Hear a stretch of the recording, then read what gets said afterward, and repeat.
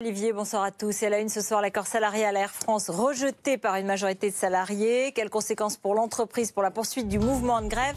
Le président Jean-Marc Janaillac a d'ores et déjà annoncé sa démission prochaine. Un conflit qui se durcit donc alors qu'une manifestation anti-Macron est prévue demain.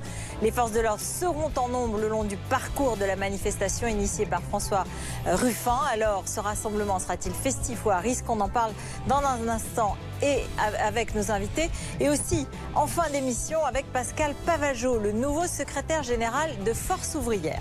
L'OM en finale de la Ligue Europa, scène de liesse à Marseille, une grande partie de la nuit, mais le plus dur reste à faire.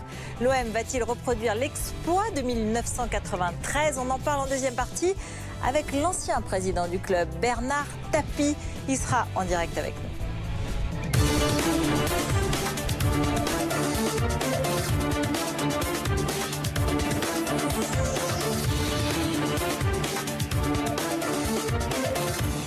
Tempête Air France ce soir. Bonsoir François Gapillon. Bonsoir Ruth, bonsoir à tous. Les résultats de la consultation sur un projet d'accord salarial sont donc tombés. Le rejet de l'accord l'emporte. Les personnels d'Air France ont rejeté à 55,44% ce projet salarial soumis au vote par Jean-Marc Janaillac, qui avait précisément conditionné son maintien en poste au résultat de cette consultation. Résultat, il annonce qu'il s'en va. Air France était sur le chemin de la réussite.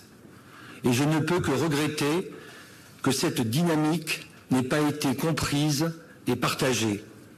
13 journées de grève et plus de 2 mois de conflit ont affaibli Air France, compromettant sa performance et son avenir. C'est un immense gâchis qui ne peut que réjouir nos concurrents, fragiliser nos alliances et déboussoler nos équipes. Avec 55,44% des suffrages exprimés, les salariés se sont majoritairement prononcés pour le non. Au-delà des attentes salariales, ce vote est la traduction de malaise. Il appelle une transformation profonde. En cohérence avec l'engagement que j'ai pris dès le lancement de cette consultation, j'assume les conséquences de ce vote et je remettrai dans les prochains jours ma démission au conseil d'administration d'Air France et à celui d'Air France KLM. 55,44% des salariés d'Air France, en tout cas 80% d'entre eux qui se sont positionnés et qui ont voté dans cette consultation, rejettent donc ce projet d'accord salarial. Côté syndical, la satisfaction est au rendez-vous. C'est une grande victoire parce que la direction, depuis 10 jours, avait fait campagne de façon éhontée, avec un discours de catastrophe, monopolisant tous les moyens d'information. On recevait 3 emails par jour, des affiches partout. Et puis le point de départ du vrai ras-le-bol des salariés qui est en phase avec leur syndicat, c'est que ça fait 6 ans qu'on a nos salaires bloqués, on a perdu 6% face à l'inflation, et on veut un rattrapage. Et les années suivantes, évidemment, on veut un suivi de l'inflation, mais déjà qu'on solde ce bilan de 6 ans où les salariés ont fait des efforts, ont redressé la compagnie, il y a des bénéfices énormes, et on continue à avoir des augmentations misérables. Bonsoir Yannick Floch, vous êtes en direct avec nous, vous êtes vice-président du SNPL, syndicat de pilotes de ligne d'Air France. D'abord, tout simplement, votre première réaction à ce rejet du projet d'accord salarial et à la démission de Jean-Marc Janaillac, votre président. Bonsoir. Écoutez, on n'avait pas demandé la démission de notre président. On la regrette. On pense qu'il est très regrettable qu'il ne soit pas plus intéressé que ça au dialogue social à l'intérieur de l'entreprise. Le dialogue social n'est pas une option. On vient de le découvrir, malheureusement, en 2018. Et donc, clairement, les salariés sont mécontents de la proposition qui était provocatrice. Il faut savoir que c'est notre DRH, M. Gilles Gâteau, qui nous a conduit dans le mur où on est aujourd'hui, en proposant en début d'année 0,55% d'augmentation, alors que l'inflation était prévue à 3 fois cette valeur. Est-ce que ce soir, on peut considérer que c'est le début de la fin d'Air France ? Il n'y a pas de raison. Je pense qu'on peut rebondir. Je pense que justement, il faut chercher, mais vraiment, les voies du dialogue et qu'il y a moyen de trouver quelque chose de raisonnable, puisque vous savez, nous sommes quand même très raisonnables. On demandait juste le simple rattrapage de l'inflation perdue. Vous savez, il suffit de regarder de l'autre côté de l'Atlantique, nos collègues américains de Delta ont obtenu sur la période 2013-2018 45% de hausse de salaire. L'intégralité des salariés de Delta Airlines ont obtenu des augmentations de salaire d'au moins 40% en grille. Pendant ce temps-là, les résultats de Delta Airlines ont été multipliés par 2. Donc on voit bien qu'on peut augmenter ses salariés, et nous on demande de façon beaucoup plus raisonnable, tout en ayant de très bons résultats, parce qu'en fait, quand on augmente ses salariés, on les motive. Alors que quand on se bat avec ses salariés en pleine période de pénurie, parce que pour ce qui est des pilotes, vous le savez maintenant, il y a une pénurie de pilotes au niveau planétaire, et c'est le moment où il y a de la croissance, où on manque de pilotes, que la direction d'Air France choisit pour se battre avec ses salariés. C'est irresponsable, c'est exactement la même erreur qui avait été déjà commise en 2015 quand on nous proposait des licenciements, qu'on faisait peur au personnel alors qu'on rentrait dans une période de croissance et que toutes les autres compagnies, elles justement, cherchaient la croissance et l'ont capté et ont fait de très bons résultats. Donc nous, évidemment, comme on n'était pas prêts, on a regardé passer la croissance, nos amis de KLM se sont développés, nous, on a vendu nos avions alors qu'on aurait dû plutôt en acheter. Ce soir, les syndicats d'Air France, globalement, se disent satisfaits. On imagine que les concurrents d'Air France, eux aussi, se frottent les mains, non ? Écoutez, oui, malheureusement, mais moi je ne vais pas dire que je suis satisfait. Moi je suis très insatisfait. Je ne comprends pas qu'on ait laissé M. Gâteau, notre DRH, nous emmener dans le mur à ce point.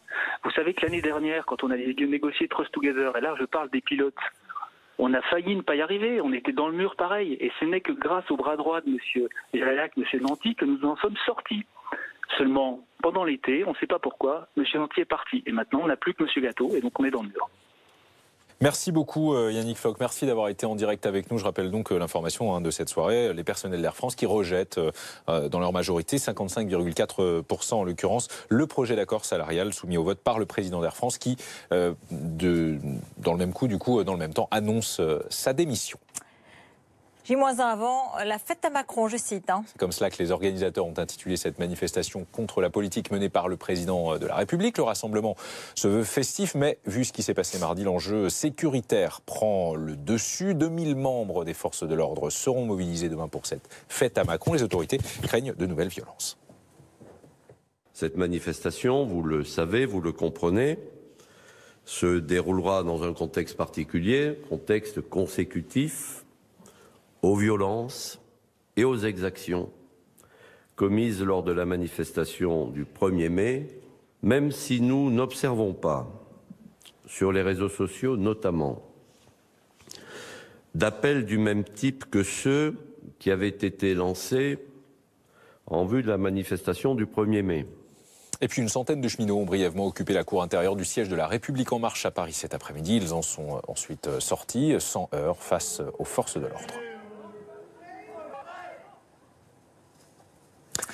Le meurtre d'Angélique aurait-il pu être évité ? Selon nos informations, un témoin a raconté avoir vu David Rameau s'exhibant devant des adolescents dans un bus quelques jours avant le meurtre. Ce témoignage a été versé dans le cadre de l'information judiciaire en cours. Par ailleurs, les anciennes victimes de David Rameau témoignent. Agressées dans les années 90, leur récit révèle que celui qui a avoué le viol et le meurtre d'Angélique employait à l'époque un mode opératoire similaire à chacune de ces attaques. Les obsèques d'Angélique seront célébrées demain à Vambrechy. Les joueurs de l'OM accueillis comme des héros pour leur retour à Marseille aujourd'hui au lendemain de leur qualification en Autriche pour la finale de Ligue Europa. Rudy Garcia et ses hommes ont été salués par des dizaines de supporters à l'aéroport de Marignane. La météo ? Plein soleil demain matin sur la moitié nord, temps instable sur un large quart sud-ouest, des températures qui remontent de 5 degrés prévus à Cherbourg à 14 à Nice, 16 même.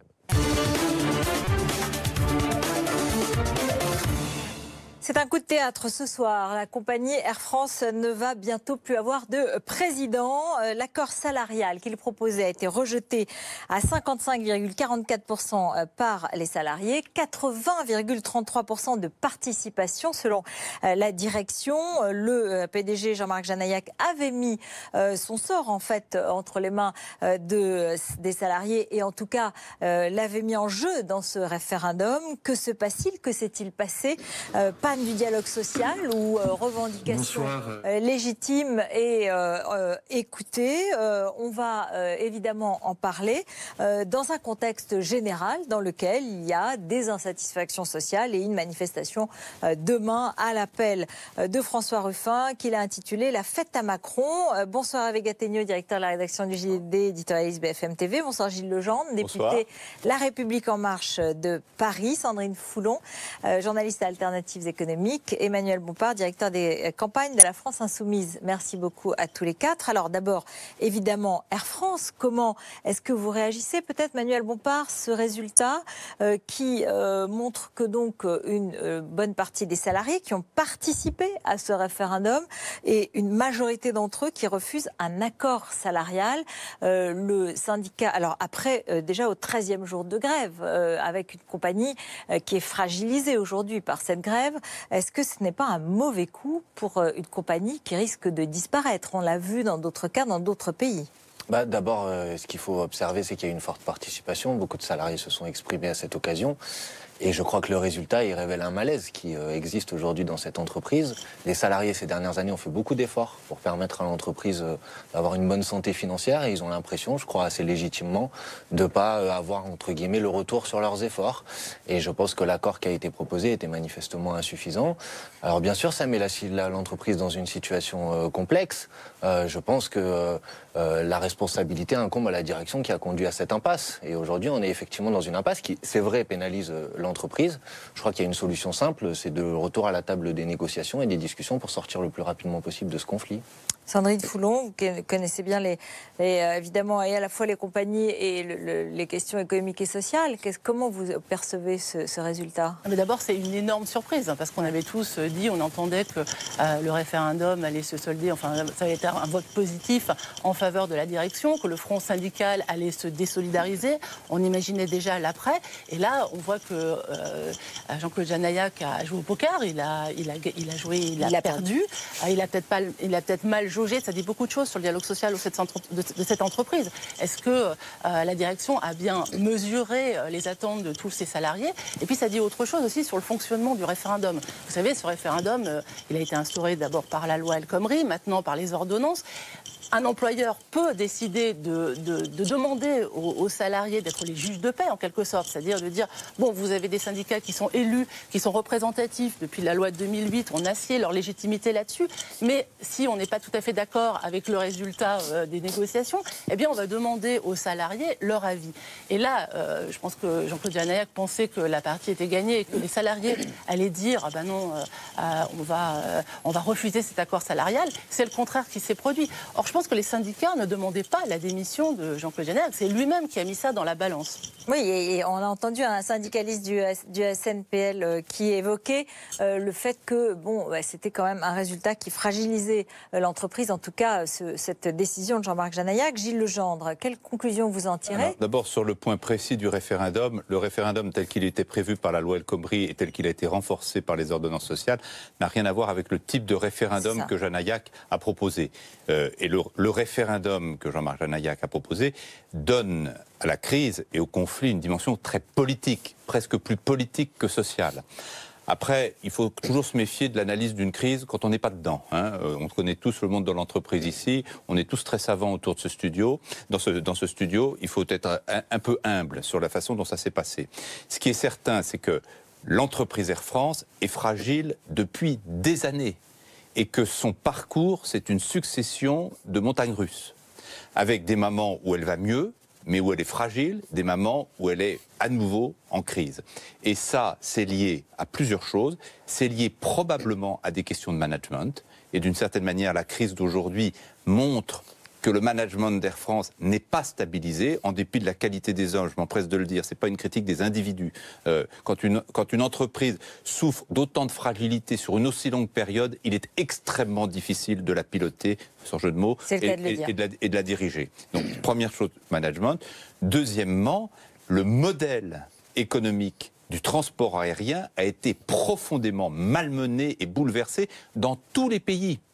Et si on peut faire une sorte de reproche aux syndicats de pilotes, c'est que probablement ils sous-estiment ces facteurs-là dans des revendications qu'ils sont probablement légitimes à exprimer, je n'ai pas à en juger, mais qui sont probablement assez déconnectés des réalités économiques que connaît un transporteur aérien. Je prends juste un exemple. Ils ont assis leurs revendications de salaire sur d'excellents résultats de l'année 2017, donnant d'une certaine manière une forme de crédit à leurs revendications. Il se trouve que déjà, les résultats sont en train de plonger. Et pas seulement à cause des effets de la grève. Donc le modèle est fragile et donc vouloir dire on gagne de l'argent, donc ça y est, on peut ouvrir la vanne des salaires, c'est probablement irresponsable. Maintenant, après, la façon dont on gère ce genre de crise, c'est la responsabilité du patron et de son équipe dirigeante. Hervé Gattegno. Si Jean-Marc Janaillac était un pilote, on dirait que c'est un pilote qui connaît mal son appareil. Parce que logiquement, un PDG, c'est une grande entreprise, il y a un peu moins de 50 000 salariés.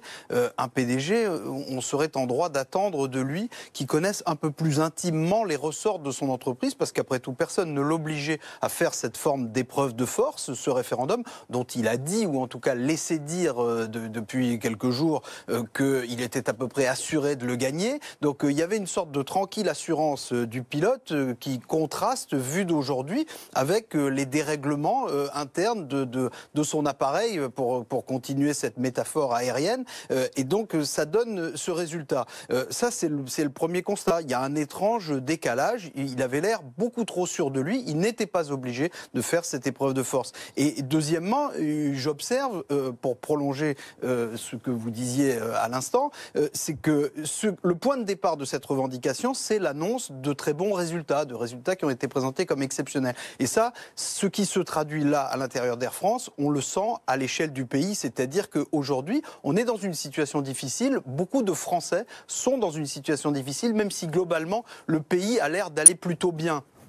Et donc, il suffit d'annoncer un résultat de qualité, un bon résultat, ce qui devrait être un signe encourageant, pour qu'immédiatement se déclenche une forme de revendication qui peut conduire à un résultat comme aujourd'hui. Donc, on disait à l'instant, on est dans une impasse.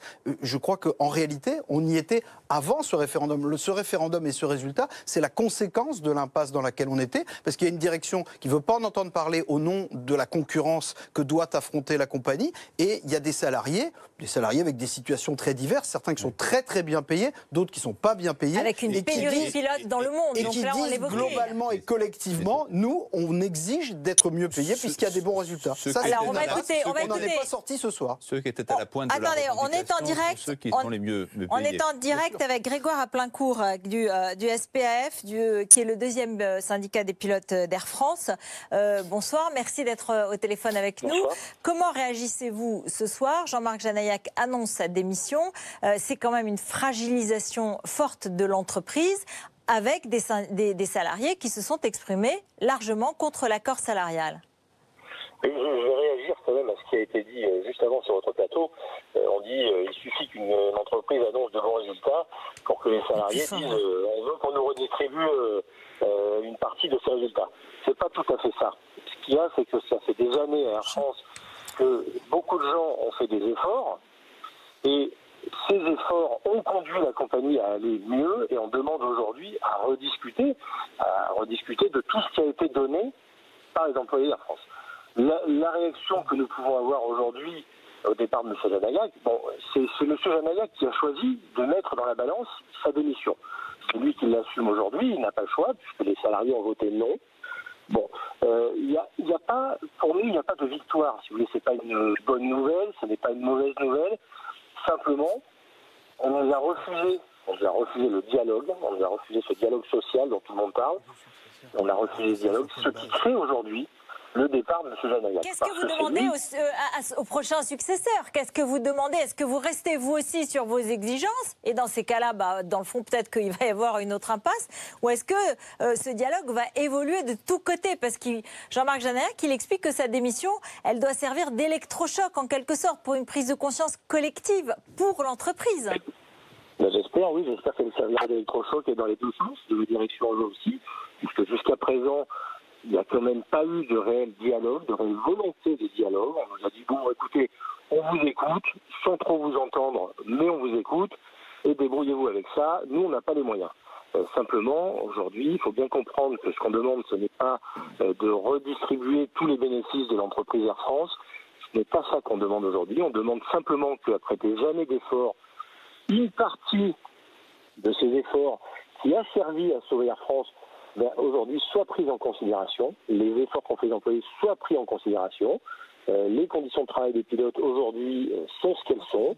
On demande à en rediscuter, simplement parce qu'on a cédé sur beaucoup de points. Et voilà, aujourd'hui, il faut recréer les conditions de ce dialogue social. Merci beaucoup. Ça doit être entendu des deux côtés. Merci beaucoup. Merci Grégoire Aplincourt du syndicat du SPAF. Sandrine Foulon, quelle réaction ? Oui, je crois qu'il marque un point, le syndicaliste du SPAF. C'est vrai qu'il ne suffit pas d'annoncer des résultats pour que, soudainement, les syndicats se mettent à revendiquer des rémunérations en plus. Il y a un historique à Air France. Ça fait 6 ans que les salaires sont gelés. Il y a eu des plans, des grands plans d'économie qui ont été demandés. Ils ont bien compris qu'ils vivaient dans un monde où il y avait de la concurrence, où il y a des compagnies low cost. Ils ont bien compris, Air vous êtes France... sûr ? Oui, c'est ce qu'on peut dire. Non, mais c'est ce que certains m'ont demandé. Vous acceptez pendant 6 ans de geler vos salaires. Je pense que vous avez quand même une conscience des réalités. Les agents publics de ce pays savent ce que c'est que d'avoir son salaire gelé. Et pas seulement public. Ils font pas grève en permanence. Ça existe aussi ailleurs. Non, mais ils n'ont pas fait seulement grève. Il y a plusieurs catégories de personnel. Tous, ils ont quand même beaucoup accepté.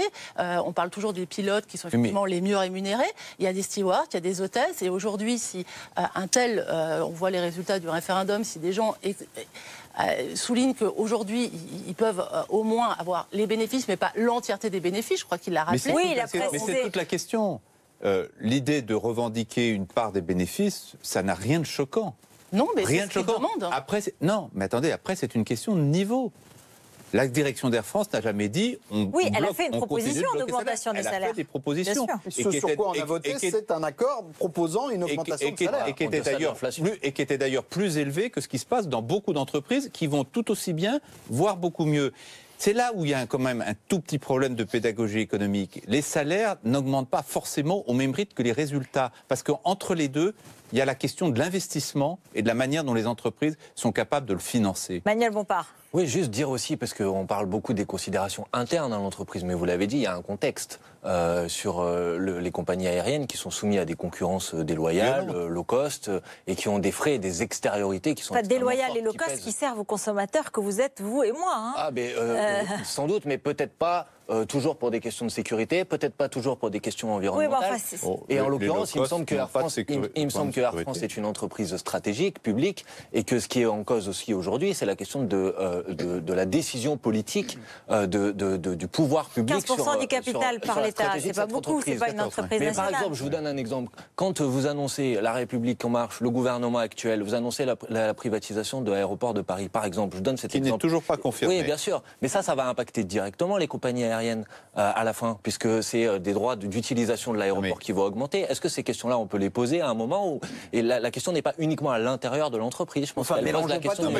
Mais si c'est très concret... L'amalgame n'est certainement pas la solution. Mais c'est pas du tout un amalgame, c'est très concret. Par ailleurs, ce qu'il faut quand même rappeler aussi, c'est qu'on entend le syndicat des pilotes dire on fait beaucoup d'efforts. Encore une fois, je le répète, tous les salariés d'Air France ne sont pas logés à la même enseigne et le syndicat des pilotes profite évidemment du fait que cette revendication est plus large que la leur et il profite, quoi qu'il en dise, du contexte des résultats positifs. Parce que s'ils étaient seuls... Non mais vous savez bien que, notamment à la France Insoumise, que si les pilotes étaient seuls à avoir une revendication salariale, vous ne seriez pas en train de les soutenir. Mais c'est pas le cas en l'occurrence. Oui, mais donc ça, précisément, donc ils utilisent le fait que les autres catégories de salariés qui sont nettement moins bien lotis qu'eux s'associent à cette revendication. Mais là, on parle de l'ensemble des salariés. Parce que les résultats sont excellents. Enfin, ceux qui ont été annoncés ont été excellents. Et donc, ce que je veux dire aussi, c'est qu'il n'y a pas que les salariés d'Air France qui font des efforts. C'est vrai qu'ils font des efforts, c'est incontestable. Mais il n'y a pas que les salariés, il y a les passagers qui font des efforts parce que les prix des billets sont élevés. C'est aussi pour ça qu'il y a de la concurrence que vous appelez déloyale, mais qui est de la concurrence commerciale, comme le disait Ruth à l'instant. Et les passagers, les contribuables, certes, c'est que 15% de l'État, mais c'est quand même le contribuable français. Il n'y a pas que les pilotes de ligne qui font des efforts.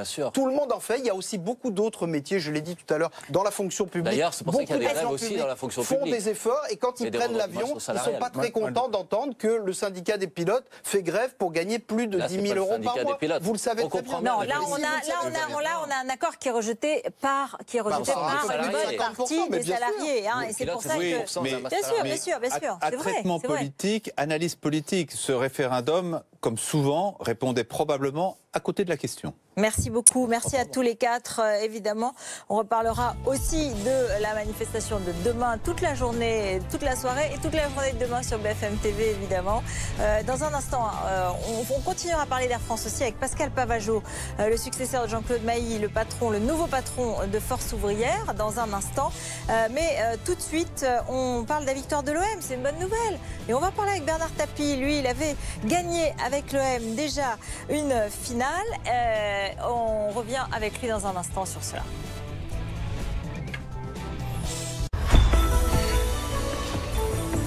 Retrouvez l'appli BFM TV sur votre tablette.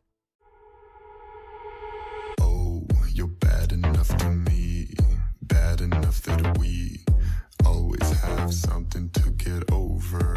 Oh, but when the night is deep, you find me in the streets, asking me to come over.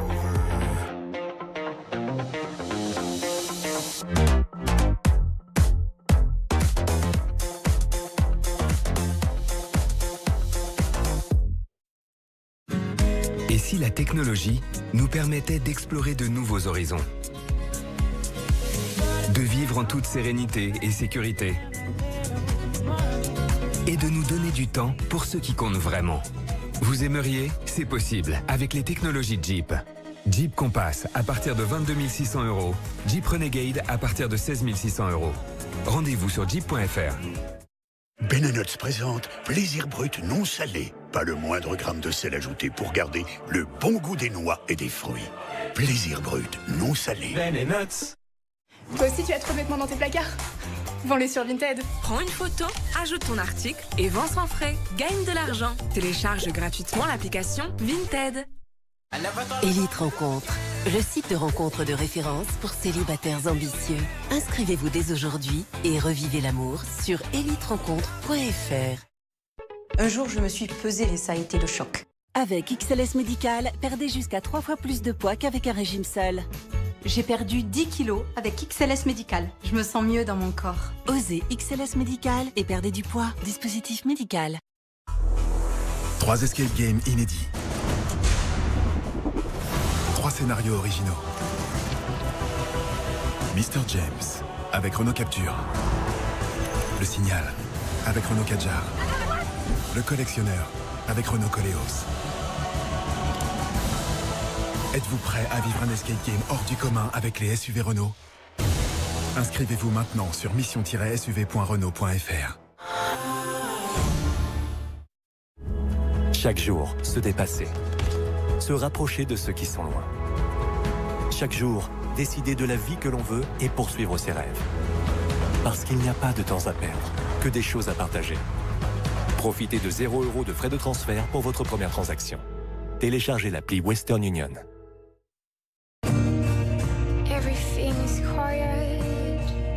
Rêver d'ailleurs. De nouveaux horizons.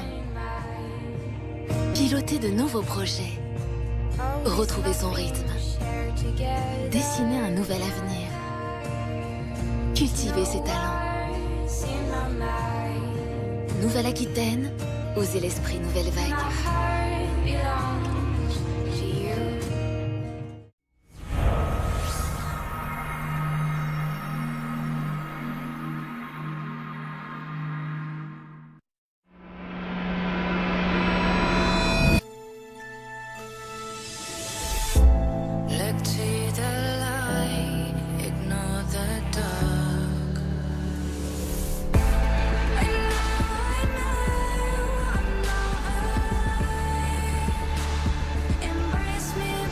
Nouvelle Peugeot 308, à partir de 169 € par mois, avec entretien offert. Mincir efficacement devient un plaisir. Nouveau Somatoline Cosmétique 7 nuits gel frais. Se masse facilement et laisse une agréable sensation sur la peau. Pour mincir jusqu'à 1,6 cm en 7 nuits, nouveau 7 nuits gel frais. Somatoline Cosmétique, ça fonctionne. La revente facile avec Vendezvotrevoiture.fr. Vendezvotrevoiture.fr. Vendezvotrevoiture.fr. Évaluez votre voiture en ligne gratuitement et vendez-la dans une agence proche de chez vous. Vendezvotrevoiture.fr. Et quelle est la valeur de votre voiture? Vendezvotrevoiture.fr. Autrefois, on fixait ainsi. Aujourd'hui, il y a le premier clou adhésif de Tesa facilement ajustable. Choisissez le clou adhésif ajustable de Tesa. Le bon choix, c'est Tesa. Retrouvez dès maintenant toutes les solutions de fixation intelligente de Tesa dans vos magasins de bricolage. Avec Expedia, réservez vol, hôtel, location de voitures et activités, tout sur le même site.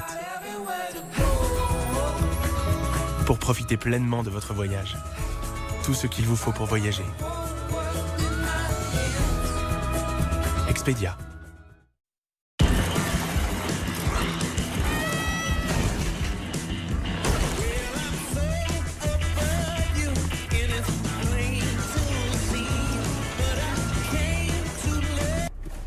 Prêt ?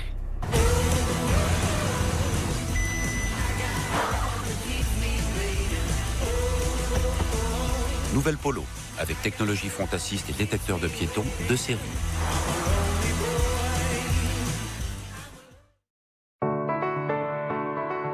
J'aurais bien aimé faire du karaté, mais c'est impossible pour les hémophiles. Je vois pas l'intérêt de prévenir mes copains. Je veux pas de traitement de faveur. Quand on est hémophile, on se méfie de tout et tout le temps. Depuis une trentaine d'années, l'hémophilie est prise en charge dès le plus jeune âge, ce qui a permis d'en retarder les effets les plus visibles. Pour autant, la maladie est bien là. Elle se manifeste essentiellement sous forme de saignements externes ou internes que les hémophiles ressentent, en particulier dans leurs articulations. Ces saignements participent à la dégradation des articulations et peuvent provoquer un handicap. Le progrès, mieux surveiller ces saignements articulaires. Rendez-vous aux hémophiles et à ceux qui les soignent sur hémophilesenmouvement.fr.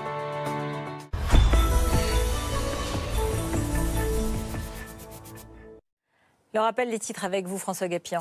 Le président d'Air France démissionne. Jean-Marc Janaillac avait lié son sort au résultat d'une consultation du personnel sur un accord salarial proposé par la direction. Or, le projet d'accord est rejeté, Mathias Tesson.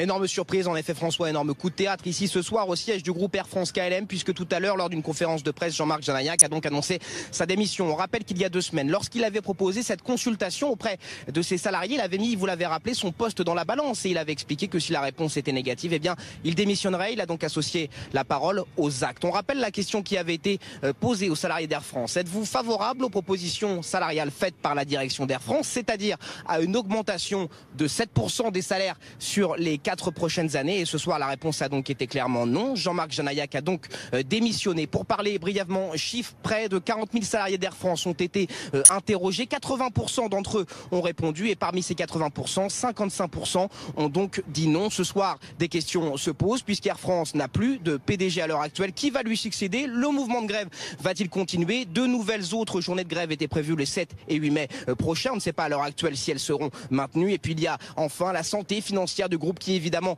interroge puisque ce soir la concurrence semble clairement renforcée par cette mauvaise passe subie par l'aviateur français qui a d'ores et déjà perdu près de 300 millions d'euros. Merci Mathias. La fête à Macron aura lieu demain sous haute sécurité. À Paris, 2000 membres des forces de l'ordre seront mobilisés. Objectif, éviter que les violences de mardi à l'occasion du 1er mai ne se reproduisent. Le cortège partira à midi de la place de l'Opéra, direction place de la Bastille.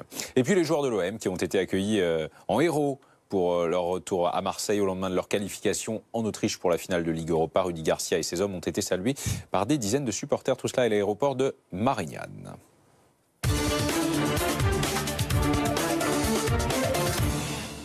Bonsoir Bernard Tapie, merci beaucoup d'être en direct avec nous. Vous êtes évidemment l'homme d'affaires, ancien président de l'OM, propriétaire du groupe La Provence.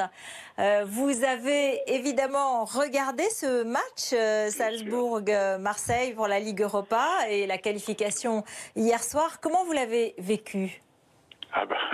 On peut que bien le vivre, même si c'était un peu angoissant parce que le résultat n'était pas garanti d'avance.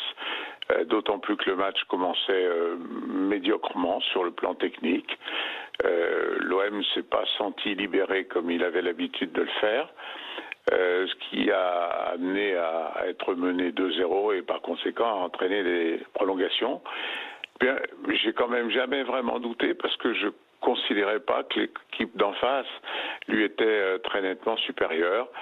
Donc ils sont allés rechercher dans ce qui fait leur force, c'est-à-dire une volonté de ne pas baisser les bras, de lutter jusqu'au bout. Et ça a payé puisqu'ils ont marqué le but qui les qualifiait. La Ligue des Champions, alors là on parle de la Ligue Europa, mais vous aviez gagné la Ligue des Champions en 92-93 contre l'AC Milan à Munich avec ce but de Basile Boli à la 44e minute. Vous étiez président du club. Est-ce que cet exploit peut se reproduire, et là pour la Ligue Europa? Ah oui, un peu compliqué parce que la différence des deux équipes est notoire. Ils sont pas classés dans les mêmes catégories. L'Atlético de Madrid est une des équipes qui est capable, d'ailleurs hier soir ils ont éliminé Arsenal. Elle fait partie des grosses écuries européennes. Marseille pas encore. Il faut dire qu'ils ont été repris qu'il y a qu'un an. Ils ont déjà fait un gros parcours. Mais par contre, je suis absolument convaincu que d'abord ils n'ont rien à perdre, ils vont donc aller le cœur vaillant à cette bataille. Le public sera très nombreux et saura les encourager, leur donner cette espèce de grinta, de volonté de vaincre, qui peut, sur un match, je dirais que la qualité des équipes, évidemment, joue un rôle, mais moins que quand c'est sur un championnat, sur plusieurs matchs, sur une saison. Donc, ils ont leur chance. Ils sont pas favoris. J'avais dit qu'ils étaient favoris contre les Autrichiens. Là, je reconnais qu'ils sont pas favoris, mais je suis certain que le score sera très serré. Bernard Tapie, la finale va se passer à Lyon. On connaît la rivalité entre Marseille et Lyon. J'ai entendu, comme tout le monde, des supporters marseillais parler de la fête à Aulas, comme on appelle à la fête à Macron. On va tout casser chez toi, c'est un des chants des supporters. Ça vous inquiète pas ? J'ai connu des choses bien pires quand je suis arrivé à l'Olympique de Marseille. Il y avait des bagarres avec des crânes rasés qui, comme au Parc des Princes, venaient là pour faire autre chose que de regarder du football. Là, c'est un langage guerrier qui veut faire croire qu'ils vont faire peur. Moi, je pense que ça se passera très bien. D'abord, parce que là, c'est intelligent. Il va savoir recevoir les supporters de Marseille comme il convient. Il n'y aura pas de manifestation contre le match. Ils seront solidaires des espérances de Marseille. Et puis, l'exagération verbale des supporters, il ne faut pas en rajouter. Il ne faut pas les prendre pour plus sérieux qu'elles ne sont. Je crois qu'il y aura beaucoup de gestes, il y aura beaucoup de cris, il y aura beaucoup de chants, mais ça s'arrêtera là. On sait que vous traversez une très difficile épreuve avec beaucoup de courage, ce cancer. Bernard Tapie, vous aurez la chance de pouvoir aller à Lyon d'une façon ou d'une autre ?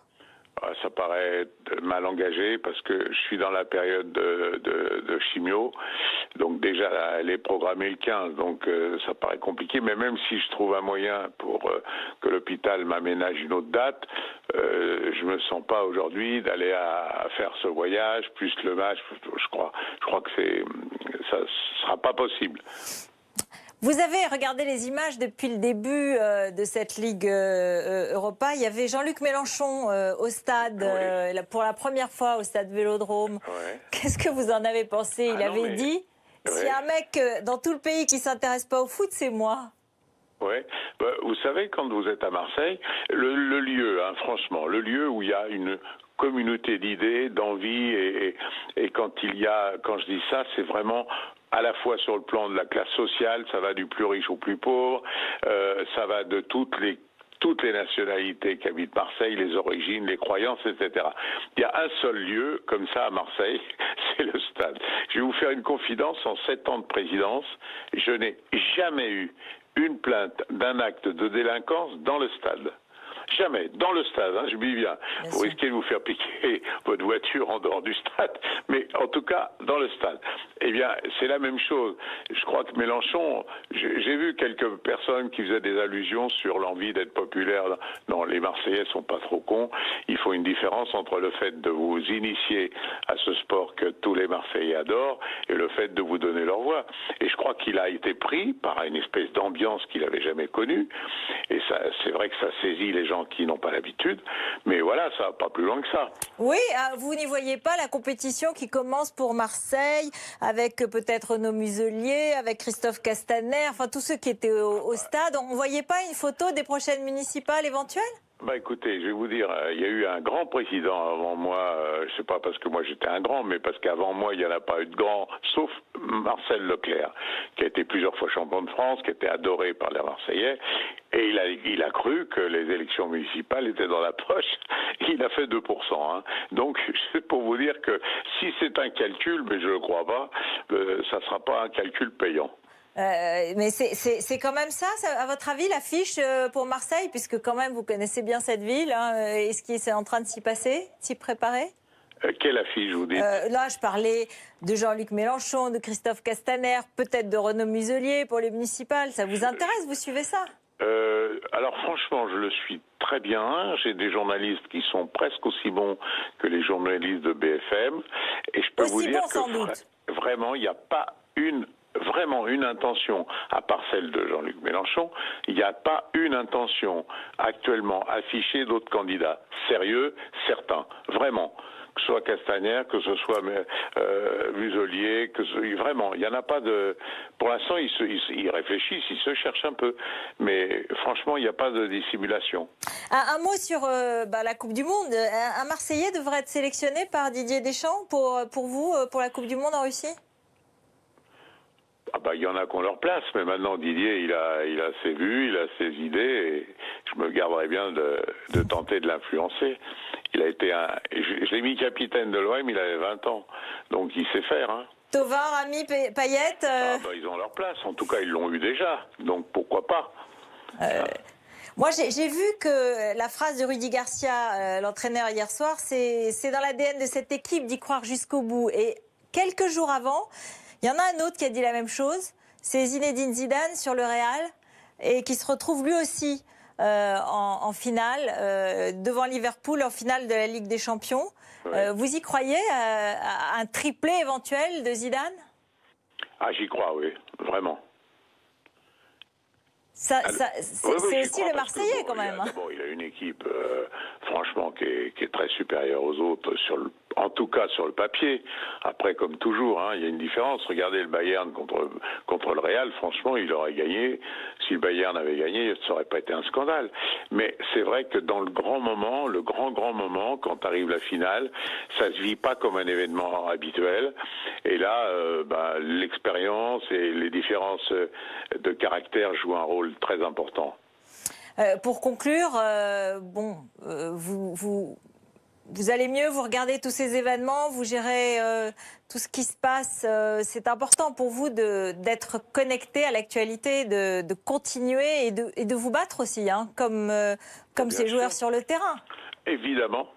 Vous savez, le cancer, c'est un sale truc, ça dure longtemps, et on connaît des moments vachement bien, des moments vachement mal, et son évolution fait qu'à un moment donné, ce sont les événements vachement mal qui se multiplient, ou les éléments vachement bons qui se multiplient, et en fonction de ça, soit vous allez vers une rémission, soit vous allez vers la fin de votre vie.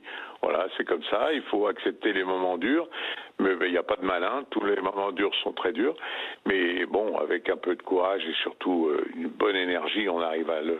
Et les amis, les amitiés, les signes d'amitié comptent énormément. Merci beaucoup Bernard Tapie, merci d'avoir été en direct avec nous pour commenter une nouvelle qui peut faire du bien, cette victoire de Marseille et cette présence de l'OM en Ligue Europa. Voilà, ça fait partie des bonnes nouvelles, il n'y en a pas tous les jours. On continue et on parle avec vous. Merci beaucoup Pascal Pavageau de nous avoir rejoints. Vous êtes secrétaire général de Force Ouvrière et évidemment vous avez succédé à Jean-Claude Mailly, on va en parler. Il y a tous ces événements, la SNCF demain, le rassemblement anti-Macron, mais d'abord Air France. Air France avec ce coup de théâtre tout à l'heure. Non, vous dites non, c'était pas un coup de théâtre. Coup de théâtre, non. Moi, les syndicats FO avaient clairement appelé les salariés à voter non, tout simplement parce qu'il fallait arrêter ce gâchis, comme quoi la direction aurait dû nous écouter et négocier. Quand on négocie avec des syndicats qui représentent les salariés, qui représentent leurs sensibilités, leurs attentes, on n'en serait pas là. C'est un véritable gâchis. Nous, on avait mes camarades de Force Ouvrière avaient des revendications qu'ils voulaient défendre à une table de négociation. On leur a refusé et on a contourné les organisations syndicales et cette négociation en disant finalement un salarié, une voix. J'ajoute que dans le débat, certes, c'est la direction qui prend cette décision-là, mais le gouvernement et le Premier ministre se sont immiscés en disant que ce serait bien que les salariés aillent voter oui. Donc il y a un double désaveu. Il y a un désaveu pour la direction, il y a un désaveu quand même quelque part un petit peu pour le gouvernement, puis surtout il y a le désaveu du fait qu'on ne contourne pas les organisations syndicales. On négocie, on discute, parce qu'au bout du bout, on se retrouve dans une situation totalement aberrante où effectivement la grève, elle a coûté et à l'entreprise et aux salariés de l'ordre de 300 millions, alors qu'il eût été tellement simple de tout simplement rattraper le retard salarial et de redistribuer la richesse produite. Parce que là, il y avait déjà une proposition de rattrapage importante, oui, mais elle d'abord, elle était totalement partielle et elle n'a pas été négociée. Encore une fois, nous ne sommes pas à la conclusion d'un désaccord, nous sommes face à un refus de négocier. C'est une aberration en termes de méthode. Et encore une fois, moi je me félicite d'avoir une organisation syndicale au niveau de FO qui, comment dirais-je, est le reflet, est en lien avec les salariés et les salariés qui ont démontré qu'effectivement, eh bien, ils soutiennent les positions de leur organisation syndicale Force ouvrière. Aujourd'hui, Air France se retrouve sans pilote, entre guillemets, oui. À la tête de l'entreprise. La faute uniquement à la direction. Oui, mais c'est jamais totalement la faute seulement. Mais bien sûr que si. C'est le refus de négocier. Est-ce qu'il n'y a pas aussi, je veux citer Laurent Berger, le secrétaire général de la CFDT, je comprends bien que vous n'êtes pas d'accord avec lui, mais lui, il était très sévère avec le syndicat des pilotes de ligne. Il disait, il prend tout le monde en otage parce que ce sont seulement les pilotes et puis il y a tous les personnels et eux peut-être qu'ils ne sont pas sur cette même longueur d'onde. La négociation, la revendication et le rapport de force, c'est jamais une prise d'otage. Par contre, contourner les organisations syndicales, refuser la table de la négociation et dire, soi-disant, je renvoie chaque salarié à sa propre responsabilité, ça, c'est nier le modèle social de la négociation et c'est quelque part prendre les salariés en otage et les organisations syndicales. Ce soir, le gouvernement en appelle au sens des responsabilités de chacun. Il serait temps. Parce que la compagnie Air France est quand même en difficulté devant la concurrence. Il faut continuer la grève, là ils prendront leur décision, mais en l'occurrence... Et vous êtes favorable ou pas? Non, mais moi, je suis favorable à soutenir les syndicats FO. Je pense qu'il n'y a pas un seul salarié qui a envie de faire grève pour faire grève. Ce qu'ils demandent tous, c'est qu'on se met à la table de négociation et on en termine avec une juste répartition de la richesse produite. Et ça aurait dû être fait il y a déjà plusieurs jours, en tous les cas, depuis le démarrage de cette histoire. Pour revenir un peu au climat général, demain il y a ce rassemblement pour faire sa fête à Macron, c'est l'expression de François Ruffin. Je vois que vous avez l'air... vous faites un soupir. Nous, on est une organisation syndicale et rien qu'une organisation syndicale. Donc on n'a pas l'habitude de faire la fête à quelqu'un et certainement pas au président de la République. Nous, on manifeste pas demain, on n'appelle pas demain. C'est un mouvement qui est plutôt d'ordre politique, auquel nous ne nous associons pas. Nous, on est là pour négocier, on est là pour construire, on est là pour revendiquer et de temps en temps établir le rapport de force dans le cadre des revendications pour faire aboutir les revendications justes des salariés. Donc ça, c'est pas notre sujet demain. Et l'appel de Jean-Luc Mélenchon le 26 mai à une marée populaire, je cite, pour l'égalité, la justice sociale et la solidarité.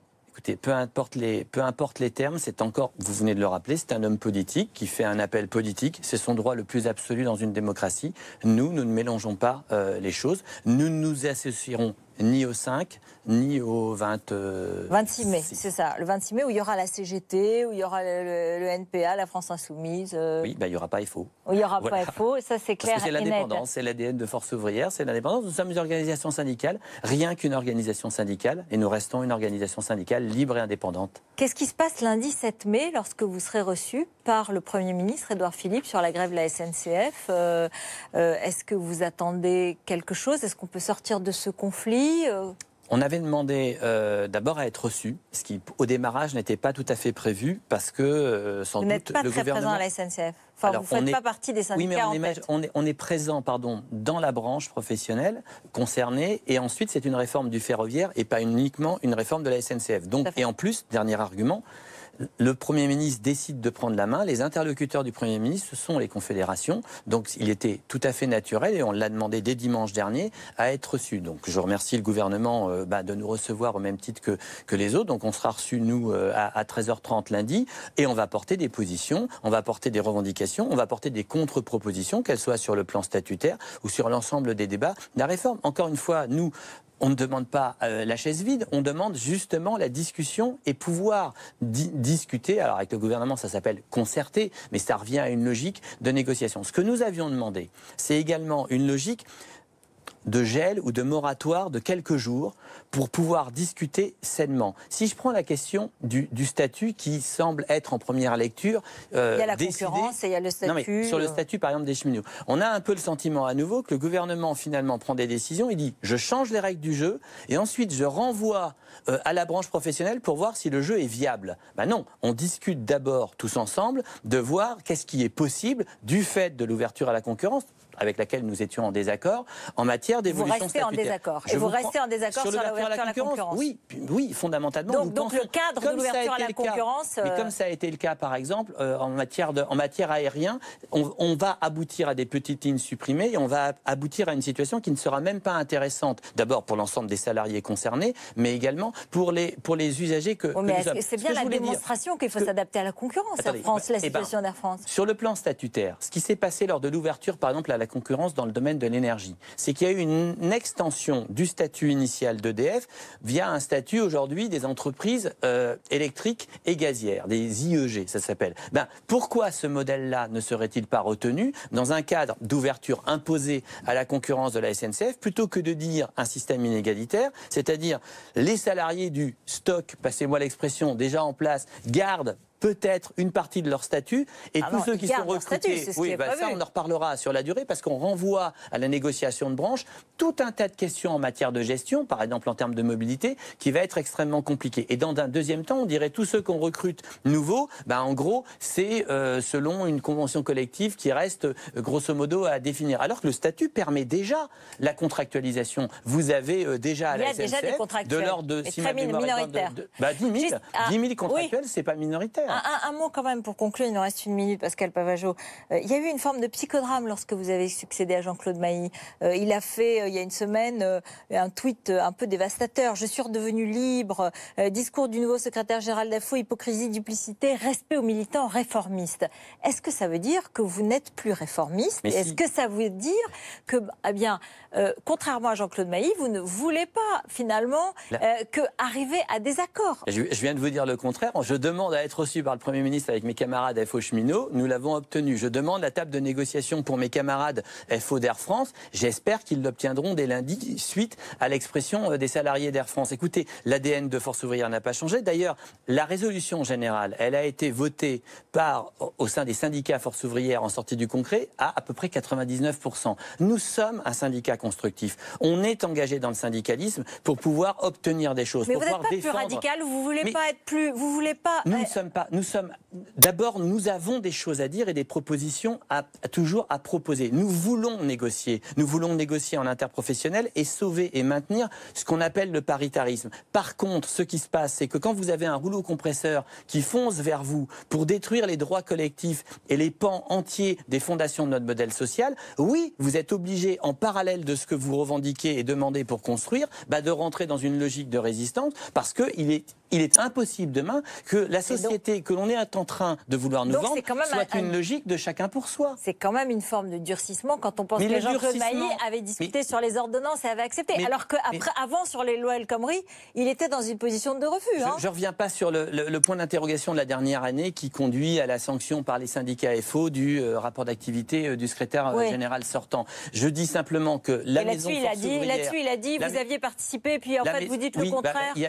Il ne vous aura pas échappé que je ne me suis pas exprimé de septembre à quasiment mon élection, parce que c'est pas parce que vous dites des choses en interne que vous les sortez à l'extérieur. Ça s'appelle la loyauté la plus élémentaire. D'accord, en fait, de vous pensiez le contraire pendant que vous y étiez, c'est ça? Je sais ce que j'ai dit, je sais ce que j'ai fait, et l'ensemble de mes militants, visiblement en interne, l'ont parfaitement bien compris. Sinon, je pense que je ne serais pas vous ce soir avec 97% à l'issue de mon élection. Donc ça, c'est un problème interne et c'est du passé. Aujourd'hui, nous avons une résolution générale qui nous dit, aujourd'hui, aujourd'hui, nous n'acceptons pas un nouveau monde dans lequel on nous expliquerait que c'est du chacun pour soi et qu'on va déprotéger les gens. Elle est où la modernité que de déprotéger les gens, que de casser des cadres collectifs? Donc non seulement nous avons toujours nos revendications positives, constructives, à vouloir négocier, on signe, Force ouvrière signe 90% des 36 600 accords d'entreprise chaque année. On demande qu'à faire la même chose à Air France demain matin. Merci beaucoup Pascal Pavageau, merci d'être venu sur notre plateau. Bon week-end, à lundi.